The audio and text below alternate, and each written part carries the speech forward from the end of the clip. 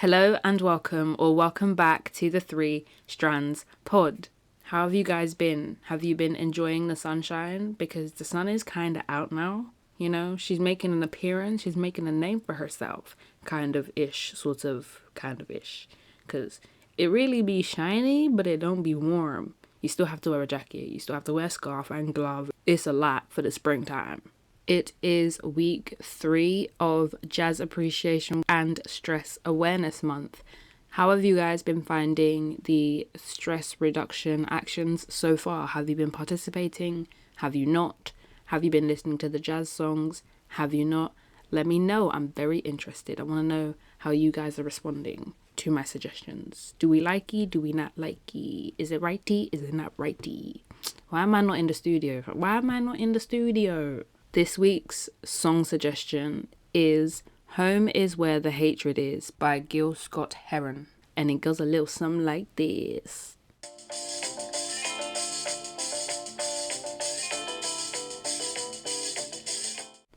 This week's stress reduction action is to challenge yourself to stay active. You can say, this week I will insert something you want to do this week. Learn something new, complete a certain amount of tasks, try a new sport, exercise, read for a certain amount of time, whatever works for you and your needs. Remember, we're doing this in order to reduce stress. Don't push yourself too far and cause yourself to add to the stress, because that is not what we're here to do. And now the time has come to make it do what it do. So without further ado, I said without further ado, cue the intro.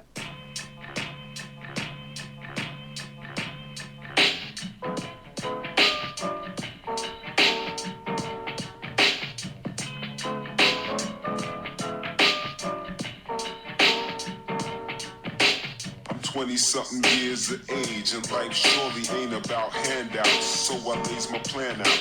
Hard work is living catered to an art called survival. Consider Jazz lesson from conception to arrival. Now that I'm here, my fears shall decrease. Learn about life, making my way to the east.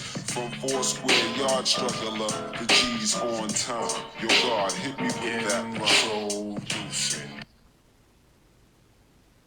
This episode does come with a trigger warning, as I do mention suicide and mental health. On March 7th, 2021, Oprah's interview with Prince Harry and Meghan Markle was aired. And in this interview, Meghan Markle shared her experiences inside the firm, aka the royal family, and her mental health struggles. In the interview, she said, "I just didn't want to be alive anymore, and that was very clear and real and frightening." So the interview was aired on ITV, which is a British television channel, and ITV were running a mental health campaign named Get Britain Talking at the time that the interview aired. Good Morning Britain is one of the shows that ITV airs, and their host, Piers Morgan, said that he didn't believe Meghan Markle's claims of mental health issues.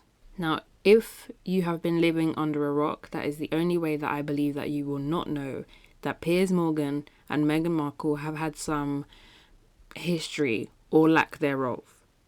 In 2015, Meghan Markle actually shared an article on her personal experiences with racism as a biracial woman. Piers Morgan actually called her article, quote, brilliant.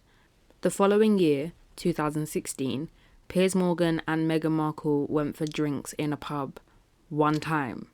And then he later shares the details of that one time he was in the pub with her. And he says, Meghan's got beauty, brains, charm, and a great sense of humour. She's also an ambitious, hardworking, and talented actress with an impressive passion for things she believes in. Hearing that, for me, it sounds like Piers Morgan is somebody who respects Meghan Markle. He sees that she's a human, he can speak about her like she's a human, and acknowledges that she has emotions. In January 2020, Piers Morgan calls Meghan Markle, quote, a selfish social climber. And he says that she plays the, quote, despicable race card. Piers Morgan went from being in such admiration of Meghan Markle to being her worst nightmare. There is a timeline of Piers Morgan and Meghan Markle and their relationship or lack thereof, history or lack thereof, whatever you call it.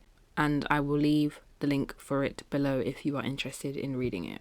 And so after the interview with Oprah, Meghan and Harry airs, and Piers Morgan says that he doesn't believe Meghan Markle's account for her own mental health issues and the things that she has faced, he walks off set after his co-host Alex Beresford condemns his treatment of the Sussexes, aka Harry and Meghan. Subsequently, Piers Morgan was actually fired after he refused to apologise for saying that Meghan's claims about suicidal thoughts and racism within the royal family were exaggerated. Like I said, this is all on ITV, and ITV are running a mental health campaign while Meghan Markle is talking about how she has experienced firsthand racism and mental health issues within the royal family. And one of the hosts of their shows is saying that he doesn't believe them. If Meghan Markle, with the status that she has within this country and across the world really, cannot sit there and have her personal experiences just be listened to and understood, then how can we as the audience, as the wider public, believe that ITV care about getting Britain talking, ITV care about mental health, ITV care about their audience? If this is how they're treating people on television, we can see it, then how are we supposed to believe that they care about our mental health when this is how their hosts are treating people? It wasn't even on social media that he was tweeting, oh, I don't think Meghan is telling the truth, I think this part and that part is a little bit exaggerated. He's saying it on the TV. And so obviously people everywhere were like, this is flipping crazy, we don't like this and whatever. And so his statement actually drew more than 41,000 complaints to the UK regulator Ofcom. And there was actually a complaint from Meghan Markle herself. Like I said before, if you guys believe in something, make a complaint or sign a petition, make your voice heard, make a change where you can and however you can. Because imagine people didn't complain. He probably wouldn't have been fired and he was never going to apologise.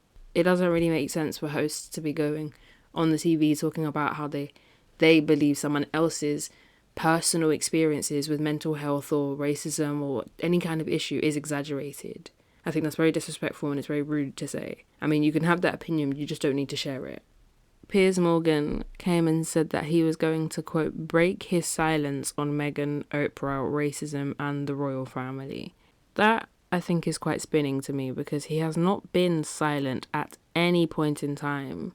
And he just continuously wants to talk about Meghan Markle. He wants to talk about this interview. He wants to talk about everything except how he needs to apologise and how the country is racist. But that we will get into another day. And then Alex Beresford actually replaced Piers Morgan as the Good Morning Britain host. Meghan Markle won $625,000 from British media after winning a legal infringement case against a tabloid. After a lawsuit with Meghan Markle, paparazzi outlet Splash News have filed for a Chapter 11 bankruptcy. We need to see more of this. This is what I want to see. Because these tabloids, these newspapers, they're getting away with too much. They want to be dragging Meghan Markle for this, that and the third, and there's no consequences for them. All of them need to be bankrupt. Every single one of them. Whether they wrote one line or 5 articles, I don't care. I think that this whole ordeal with Meghan Markle sharing her personal experiences with racism and mental health issues represents a wider issue in society. I think Meghan Markle just represents black women as a whole, and Piers Morgan just represents society. That when black women talk about their struggles, i.e. mental health, or they talk about things that they're going through, difficult things, it's like society is like, I don't believe that, it's kind of exaggerated, that can't be true, how can that be your reality? Or they're just like, I just don't believe it. And you can explain it all you like, but it's just like, okay, but how can that really be your reality though? How can you have experienced that? I didn't experience it, so it can't exist. Like, we see that in so many different ways. And one thing that I've learned is that black women in particular are only represented in 3 different ways in society. So there's either the strong black woman, which everybody believes black women are. You're just strong. Like, you don't face any problems, you have no issues, like mental health is not a problem for you, physical strength, like emotionally, you just got it, you're just strong, you're just put together. You feel no pain whatsoever at no time, like ever. You don't get sick, you're just strong. If you're not strong, then you're angry. And this could be just you talking about how you are facing mental health issues. If you break the mold of being a strong woman, then you become angry. It's like, oh, okay, she's got a bit of an attitude, she's got a little bit of this, a little bit of that, whatever it is. That is how black women are seen. It's like black women are not allowed to be passionate or even just speak about anything, because then you're angry. It's like, even if somebody does something wrong to you, you have to always be the bigger person. You're not allowed to complain, you're not allowed to express your views or your feelings or talk about anything. You're supposed to just be strong. You're supposed to just put up with everything and deal with everything. You don't need help from anybody. Like, you are supposed to be the backbone of society. You are supposed to hold yourself up, hold everybody else up. You are the strong one. And like I said, if you speak about anything, whether someone does something to you that is wrong, or you just feel strongly about something, you're then deemed as an angry black woman. And we've seen that everywhere. And then there is the black woman who is over-sexualized. I'm seeing this over-sexualized stigma and these connotations that are being tied to black women and black girls from very young, that I'm not seeing being tied to women of any other race or girls of any other race. I'm not really understanding why. It's like black girls and black women are not given the opportunity to just be girls, in the same way that people excuse like guys being rough and tough and whatever, and just being very boisterous as, oh, boys will be boys and whatever. It's like black girls aren't allowed to just be girls. It's like they're overly sexualized unnecessarily, like just children. And I don't like that. I don't like that it's like there's only these 3 types of women that black women are allowed to be.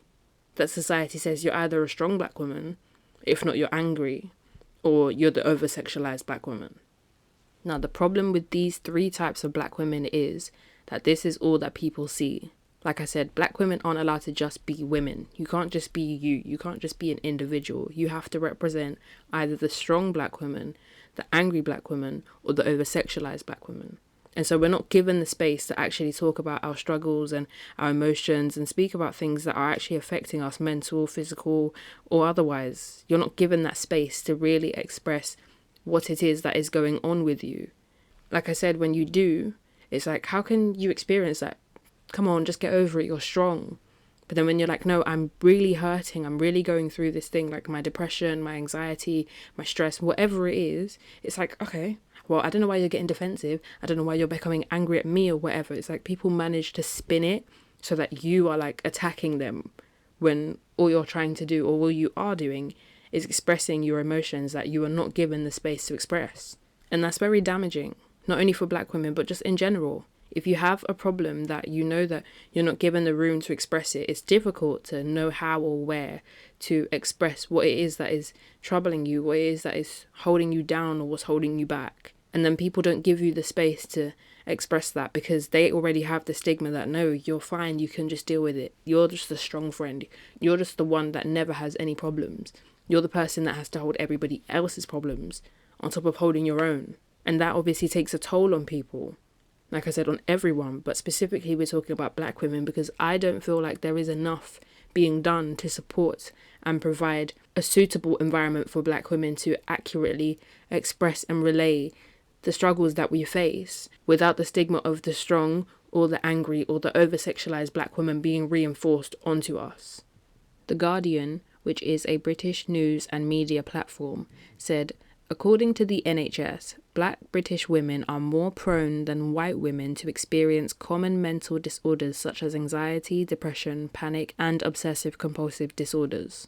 As always, you know, we had to go to Twitter to see what the people on the streets are saying. What is the word on the street? One Twitter user said, "It's so relieving to have a provider that doesn't write me off as a strong black woman whenever I bring up a concern, especially when it comes to mental health." Another one wrote, The strong black woman trope is harmful because it presumes, regardless of experience, physical or mental health, personality, that every single black woman is, quote, strong enough to withstand and overthrow abuse or systems of discrimination. Another wrote, when will people start believing that black women have mental health problems? We are not all the, quote, strong black woman. I'm depressed. I'm tired. I'm not, quote, angry or, quote, lashing out just because I'm being upfront and open. And the second we do, we're the, quote, angry black woman. Another wrote, white employers, stop calling on black women to save the day. We feel pain too. We struggle with our mental health too. That, quote, strong black woman ideology is racist. So with all that being said, I urge you to please be mindful of the way that you speak of and address mental health issues, especially around black people, especially around black women, because you can unintentionally be perpetuating the stereotypes and making the issues of the person experiencing them harder to deal with. So please be considerate at all times. And if for whatever reason you are somebody who feels that the person expressing their own personal experiences with racism or mental health issues is exaggerating, keep that to yourself, because we don't want to hear it and we don't give a damn about what you think. As always, all links to everything that I have referenced will be in the description below, so if you are interested, make sure you check it out, read up on it, and if I have missed anything or you want to just share your experiences or your thoughts or your views on this topic with me, feel free. So thank you guys for listening. I hope that you guys do take care of your mental health. Please be aware of your stress, listen to some jazz, do some exercise, challenge yourself this week, or whatever it is you do, just make sure you are super duper aware of your stress levels. And I shall catch you guys on the flip side. Peace in the Middle East to you and your crew. What? Peace in the Middle East to you and your crew.